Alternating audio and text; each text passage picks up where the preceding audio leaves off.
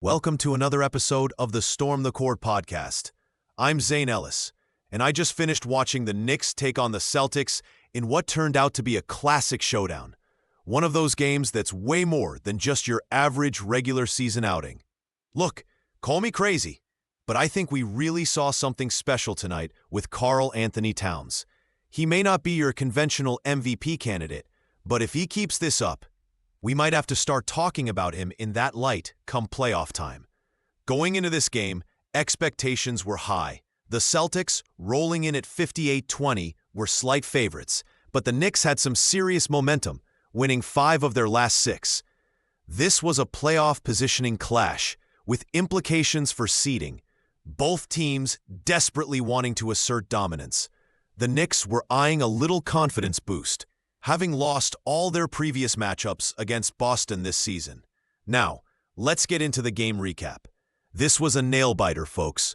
The final score was 119-117, with the Knicks putting up a fight, but ultimately falling short.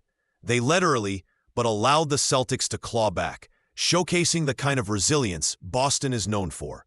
The Knicks just couldn't maintain that momentum into the final minutes, letting a narrow lead slip through their fingers. That late-game execution has been a bugaboo for them all season long.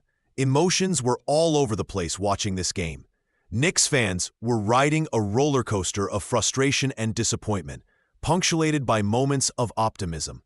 Honestly, I sensed a lot of anxiety, especially with the clock ticking down. You could almost hear the collective gasp when they allowed the Celtics to go on a key run. Now, let's dive into our stud and dud of the night. For tonight's stud, no question, Karl-Anthony Towns. He dropped 34 points on 67% shooting and snagged 14 rebounds. Wow, this guy was a beast, especially when it mattered most. On the flip side, we have to talk about Jason Tatum. A mere 32 points isn't bad, but for him, shooting a paltry 50% from the field is subpar. Knicks fans were quick to point out how he's becoming their daddy. But let's be real, he should have closed this one out stronger than he did. Now, how about we address the narrative floating around that the Celtics' injury issues are going to capsize their playoff aspirations? Real talk, this is big cap.